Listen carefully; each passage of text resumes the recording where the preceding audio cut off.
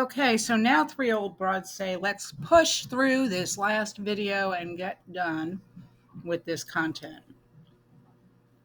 Present influences on the evolution of nursing. We have the Affordable Care Act, the IOM report, magnet model, which you should be fairly familiar with if you are in clinical at hospitals that have magnet status.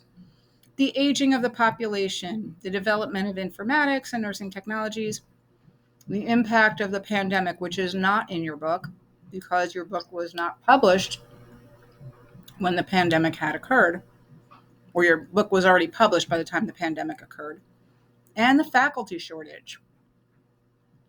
And hopefully, this will all help you understand the forces that drive what nurses are doing today and help you become part of the forces that shape it for the better. First one we're going to talk about is the Affordable Care Act. You might know it as Obamacare. It is actually two separate pieces of legislation: Patient Protection Affordable Care Act and the Healthcare and Education Affordability Reconciliation Act. That's a mouthful. I already told you it was signed into law in 2010, phased in gradually. It's been very controversial, and it's always in danger of being repealed. But what does the Affordable Care Act mean for nurses, aside from all the politics? It means that more people are required to have insurance, and that means we have more patients and higher demand. It also provides for mechanisms to promote better outcomes. We call it values-based purchasing, which means they're not going to pay for care that is substandard. And that changed the way CMS reimbursed. Now, other insurance companies can also deny reimbursement if the quality of the care isn't good. And it's usually the nursing care that directly relates to it. And that doesn't mean that the nurses before 2010 were bad. It could mean that they were understaffed, or they didn't have proper equipment, or that they were working in conditions that didn't allow for good care. That is a common complaint that you will hear from practicing nurses: is I can't give the care I want to give because I don't have the resources I need. But now, because hospitals can be refused payment for an entire stay if their patients get UTIs or central line infections, or if they are readmitted for congestive heart failure within 30 days because they didn't get the education and the follow-up care that they needed. And a lot of that is directly tied to nursing care. Who's putting in the Foleys that are giving people UTIs? That's us. Who's maintaining the central line dressings and the sterile technique for accessing central line? We are. Who's keeping patients from falling? Who's educating patients? That's all nursing care. Nursing care is the product that hospitals provide in most cases. I mean, they provide many other services, but a lot of what hospitals give to patients is under the umbrella, the big umbrella of nursing care. And yet they struggle to fund their budgets to provide for adequate numbers of nurses and to pay those nurses what they should get, because we're seen as an expense rather than a source of revenue. But now with values-based purchasing, if the quality of the care is lacking because you don't have enough nurses, you're going to have enough nurses. Or if we need more education, staff development, you're going to provide that. If we need better, safer equipment like barcoded medication administration or smart pumps, you're going to provide that to prevent medication errors. So that is how the Affordable Care Act has impacted nursing, mostly for the better. One goal of the Affordable Care Act was to increase preventative care in the community. When people are insured, they don't use the ER as their primary care doc, right? So if we have people with insurance, they're going to need care in settings that are not the hospital, hopefully. If they're not getting readmitted for congestive heart failure every 3 weeks, we're going to see them in the community, hopefully. The last point that I wanted to make is that the patient experience of their care, which means you might have heard of Press Gamies, these like customer satisfaction surveys. They have a place in values-based purchasing. A hospital can be reimbursed at a lower rate if they fail to satisfy people that their care was good. Next item on the list, the IOM report, Institute of Medicine, The Future of Nursing, Leading Change, Advancing Health. This was written in 2010. As I said, it was published in 2011. There are 4 major themes. It is a lengthy report. You can read it if you like. But the four major themes are to advance the level of education of nurses. So, for example, one of the stipulations was that by 2020, 80% of practicing nurses with the title of RN will have a baccalaureate degree or higher. That is not happening. We didn't meet that goal, but we have made progress towards it. 80% is high, especially when we talk about faculty shortages and lack of seats in programs, and barriers to RN education. And that happens later in the semester, so I don't want you to get too worried about it now. Allowing nurses and advanced practice nurses to practice to the full extent of their scope. So, increasing the amount of autonomy and decision making and the level of expertise that nurses bring to the table was part of this report. That is especially true with advanced practice nurses, who very often in some areas of the country compete with physicians for that role of prescribing, diagnosing. And there is a difference in scope, but in some areas, the American Medical Association has really fought the expansion of the APN role into territory they thought was theirs. Now, in rural communities where they don't have enough physicians, that's a little bit different. But nationwide, we want to allow people to practice to the full extent of their education and their skills. Third major theme was to create a healthcare culture in which nurses are equal partners with other disciplines. And they use very lofty language that we are leaders and agents of change, that we're going to be the driving force. And that makes sense, both because we are the most numerous profession in healthcare and because we have the most direct patient contact in the most holistic sense. We don't just manage one aspect of the patient, we manage the whole person. We don't just look at disease, we look at psychosocial factors, things like that. And we don't just look at one body system, for example, like a respiratory therapist might. So it makes sense to position us as agents of change in the healthcare setting. The fourth major theme was to increase and improve nursing research so that we could practice from the best available evidence, and that the best available evidence would be really, really, really good. At the time of this report, fewer than 1% of nurses held a doctoral degree that qualified them to perform research. That has changed a little. We still have a long way to go. That's the IOM report. Now we have magnet model. Magnet model is also a driving force in nursing because in the beginning, when it was first created in 1982, not many hospitals had it. It wasn't very public, but towards the end of the 90s, beginning of 2000, you started to see hospitals seeking magnet status as a way to distinguish themselves. It was mostly a PR tool for them, but when they followed the steps, nursing benefited. It is an award given to hospitals by the American Nurses Credentialing Center. It's a very prestigious award. It is granted, but the hospital must meet requirements that indicate high quality nursing care. I'm not going to go into all of them because we can cover it later in the semester.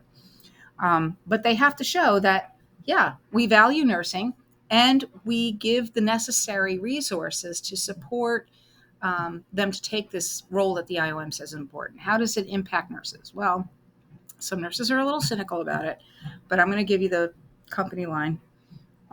It increases the demand for the bachelor's degree.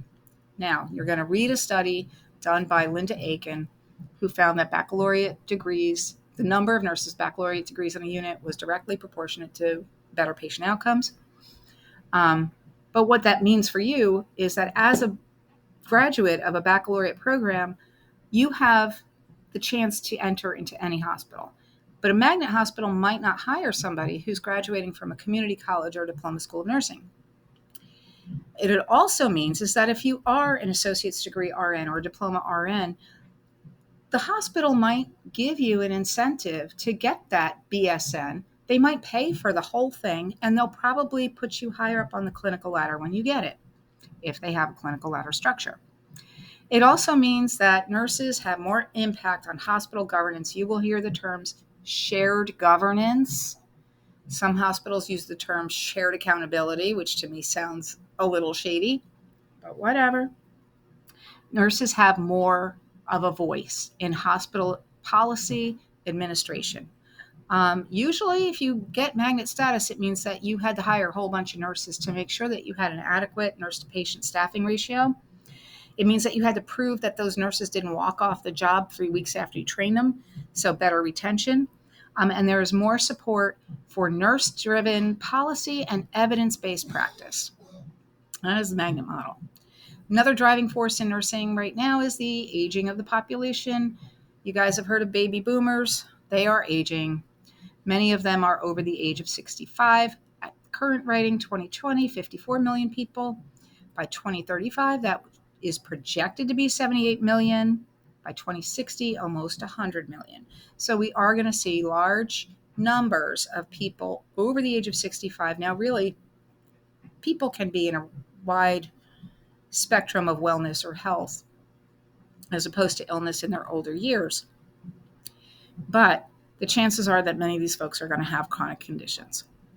There's going to be an increased demand for healthcare and a change in where we work to accommodate the needs of this population. So we see elderly people in the hospital. It's true. They come in when there's an exacerbation of a chronic illness or when there's a fall or when something else happens. But really, we should be seeing them more in the community to keep them in their homes, to keep them as independent as possible for as long as possible. And we're seeing them in long-term residential facilities, either assisted living or nursing home type care. The increased lifespan, I just said, increases the prevalence of chronic conditions. Currently, it's 1 in 6 Americans have chronic conditions, and that number increases as you get older. Now, as the whole population ages, so do nurses. So approximately 40% of the nurses who are currently employed are nearing retirement, and there are not enough nursing students enrolled in programs to fill those vacancies. What is also true about that is that nurses who are at that older end of the spectrum a lot of them are employed in occupational health, long-term care, palliative care, less acute areas of practice. It's going to leave a big hole, and new nurses typically don't flock to those specialties. I'm sorry that part of that slide got cut off, but it looks all right on the Google Slides when you open it up. COVID-19. This is another driving factor. As I mentioned, this is not in your book because your book didn't know that there was going to be a pandemic that would impact us so severely. In 2020, we confronted the pandemic. I was there. I was working in my staff role as I still am today. There was a lot of increased stress. Number one, if you had a COVID positive patient, you were afraid of getting infected, and there wasn't enough PPE to go around. I saw the pictures of nurses in New York wearing garbage bags to work. The CDC telling us we could wear bandanas over our faces. The ANA came out very strongly against this and said, you need to protect our nurses. If they're dying like flies, they're not helping people. There were people who were afraid to bring it home to their families. I had an old high school friend of mine, we're both nurses, who basically, if she was working, she was sleeping in a whole different part of the house so she wouldn't infect her husband and children. And it strained nurses to the breaking point. There was extremely high acuity at the onset. The ICUs were full. Everyone was ventilated. I knew ICU nurses. I had a former student working on the ICU, such a sweet guy too. He quit ICU during the pandemic because he was tired of having 3 or 4 patients and he couldn't get to any of them. He wasn't giving the kind of care they deserved. They couldn't have family members in the room. The assignments were super heavy. And at the same time, you've got people who are dying and they want to say goodbye to their families. And so you have to kind of sit there with the iPad and let them talk to their loved ones before they passed. And it was extremely stressful. Those of us who didn't work in ICUs or infectious disease type units were getting floated there with no prior experience. I am a labor and delivery nurse, and here I was on an ICU. And yeah, they didn't give me an ICU assignment. I was wiping down people's hazmat suits and fetching things for them, going into the Pyxis and getting medication so they didn't have to leave a room that they were in. But it was still stressful. Nurses retired. If they were near retirement age, but maybe not planning on it, they went, I can't do this anymore. And they left. Or they quit. Or they went into a less acute specialty. Or they went to travel nursing because as these other nurses left the profession, there were these big gaps and people were paying out $10,000 a week in some specialty areas. Huge staff shortages, and we're still dealing with it. right now. I went to 2 meetings in the last month about how we're going to manage our short staffing issue in my unit. Um, and we have supply chain issues.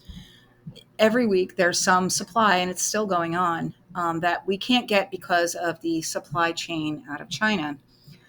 So one week it might be IV catheters. We don't have any 20 gauge catheters. The next week it's Foley's, and we have to make our own Foley's out of a straight cath in a bag. It's so crazy. And you never know. It could be medications. And everything's a workaround, and it kind of feels a little unsafe sometimes.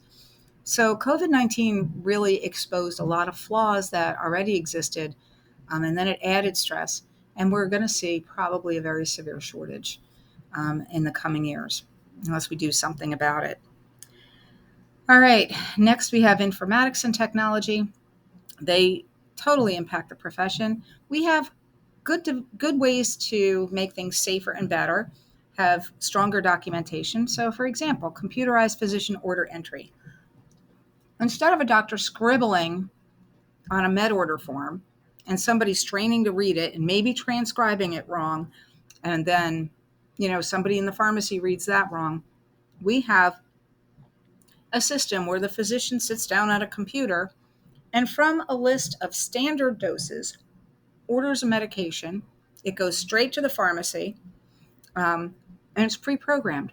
And the pharmacy can look at it, look at the patient's history. It automatically flags if there's an allergy or a possible cross-sensitivity or some other thing, a lab value, critical lab value that needs to be assessed before you can give it. So that happened. And we have barcoded lab specimen collection and medication administration, so that prevents error. And electronic health record documentation, which makes documentation more legible, more transportable or transferable. Smart technology, smart pumps. When I go to hang a medication, I have to put the name of the medication in, I have to put the dose, and it'll flag something that isn't right. Insulin pumps is another one we have to learn to manage. Can provide much more precise doses of insulin based on the individual's. Usually they have like a continuous glucose sensor. Implantable devices, your implantable defibrillators, things like that. And we have genomics and pharmacogenomics, which you can analyze somebody's genotype and find out what medication is most effective for them or what diseases they're most at risk for, and they need enhanced screenings or surveillance. And we have video technology for better patient monitoring, and we can use it for telehealth. So those are some driving forces. And this is us in the pandemic. See, there I am, right there on the end. And then some of my colleagues here celebrated more Christmas mornings with some of these folks than I have with my family. Not that I'm proud of it. But I hope you enjoyed this presentation. I will see you in class on Monday. Oh, wait. Oh, sorry. Just kidding. JK. Hold on. Let me see if I can go back. Ooh.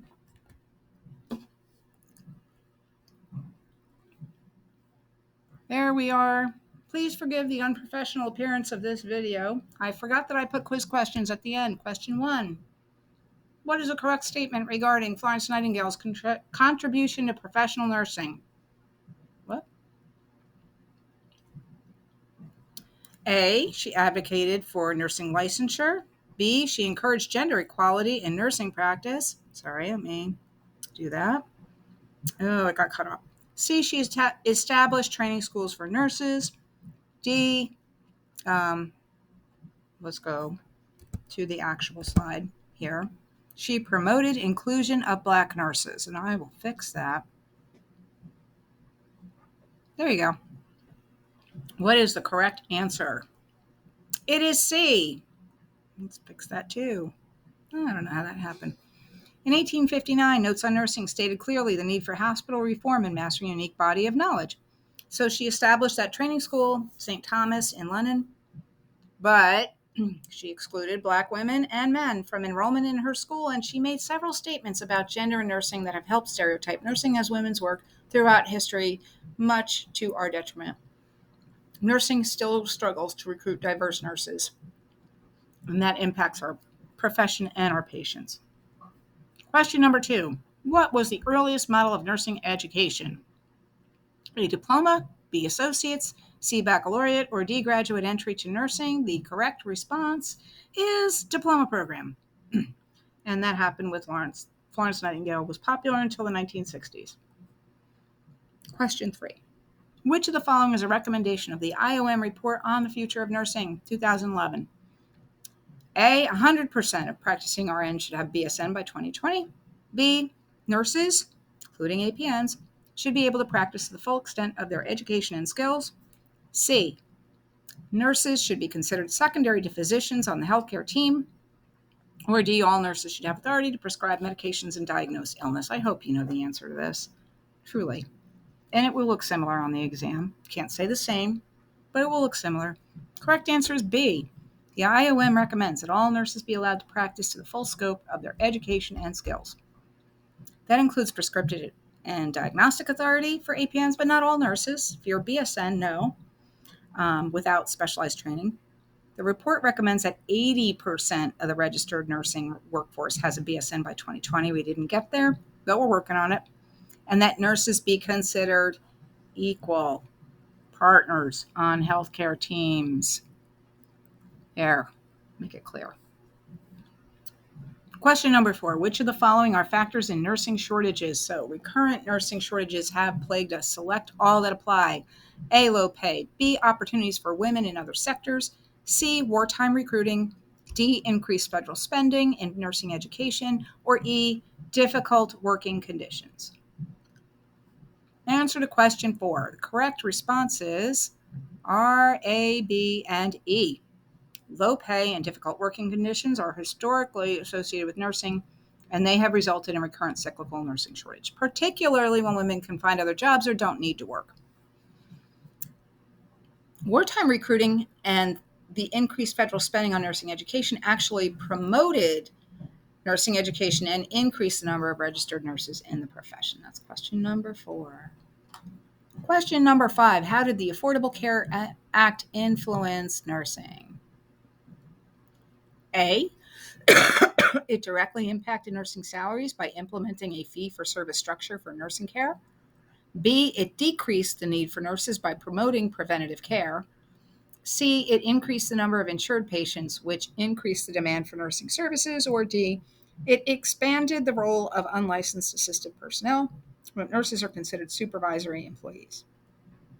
Correct response is C. It increased the number of insured patients, and that increased the demand for nurses. It did not directly reimburse nurses for services, although the implementation of values-based purchasing provided incentive for hospitals to promote best practices in nursing. It did not decrease the nurses, and it did not define or expand the role of UAPs, although managed care back in the 90s did expand the role of the UAP. We have any more? We do. Question 6. True or false? By 1920, all 48 states in the United States required licensure through the State Board of Nursing for all practicing nurses. Oh, I did not put an answer. I will throw that in later. The answer to that question is false. In 1920, they all offered permissive licensure. They promoted licensure. You could get an RN, but you did not need an RN. By 1947, New York was the first state to mandate licensure to practice nursing. That's question number 6. Question number 7. Oh, let's fix that a little bit too. A nurse has been offered staff positions at 2 hospitals. One of them has magnet status and the other does not. How might this influence, his or her decision regarding which position to accept? Read the choices. A, magnet hospitals attract nurses with sign-on bonuses. Hospitals without the affiliation pay less. B, magnet hospitals are owned and governed by physicians. Nurses generally have a secondary role in them. C, magnet hospitals are part of large healthcare corporations that have opportunities for transfer to locations across the country. Or D, magnet hospitals have met standards that prove that they support shared governance, higher levels of education, and best practices in nursing care. The answer to this is D. Magnet hospitals meet standards for excellence in nursing care. I work for one. I can tell you that they don't necessarily pay more. They are not governed by physicians, and they aren't necessarily affiliated with large healthcare systems. And that is all we have for today. See you Monday morning.